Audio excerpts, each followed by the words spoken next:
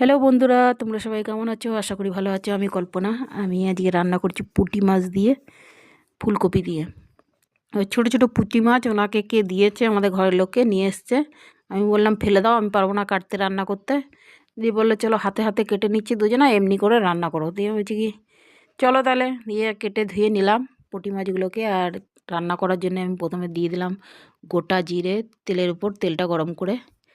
তারপরে দিয়ে দেবো আমি এর উপরে মশলাটাকে বেটে রেখেছি। জিরে ধনে আদা আর কাশ্মীরি লঙ্কার গুঁড়ো, এই হচ্ছে মশলা। আর হ্যাঁ, পেঁয়াজ দিয়েছিলাম, একটা পেঁয়াজ দিয়েছিলাম, ভালো করে বেটে নিয়েছি। কাশ্মীরি লঙ্কা গুঁড়োটা দিয়েছি শুধু কালারের জন্য, আর ঝালের জন্য আমি দিয়ে দিয়েছি 6-7টা কাঁচা লঙ্কা।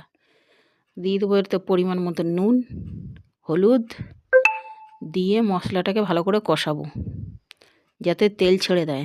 তেল ছাড়ার পরে তারপরে ফুলকপিগুলো দেবো। ফুলকপিগুলোকে আমি আগেই কেটে ধুয়ে রেখে দিয়েছি সাইড করে।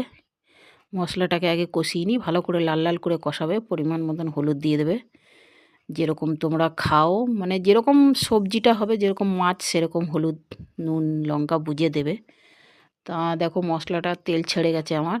এবার আমি দিয়ে দেবো ফুলকপিটা, ঢেলে দেবো এতে। ধুয়ে নিয়েছি 3-4 বার। ফুলকপিটা ধুয়ে রেখে দিয়েছিলাম।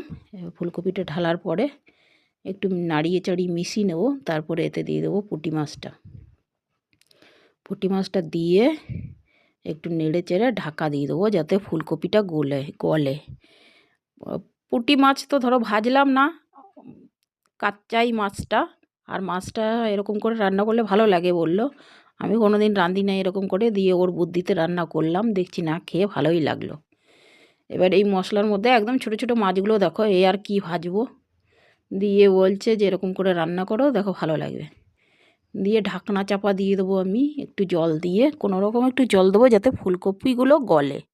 বেশি জল দেওয়া যাবে না এতে, কেননা তরকারিটা পুরো মাখা মাখা হবে। পুরো মাখা মাখা বলতে পুরো কড়াইতে চিটে যাবে, সেরকম করে জলটা দিতে হবে আমার, সেই আন্দাজে।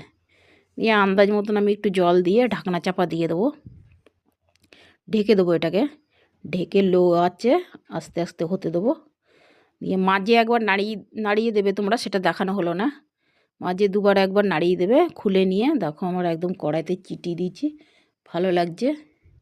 এবার দেখি জল আছে কি না, দেখছি না, জলটা পুরো শুকিয়ে গেছে, টেনে গেছে। আর এটাকে এবার নামিয়ে নেবো আমি, হয়ে গেছে। এমনি করে করে খেয়ে দেখবে, যদি ভালো লাগে লাইক কমেন্ট করতে ভুলো না বন্ধুরা। একটু সাবস্ক্রাইব করে পাশে থেকো। ধন্যবাদ।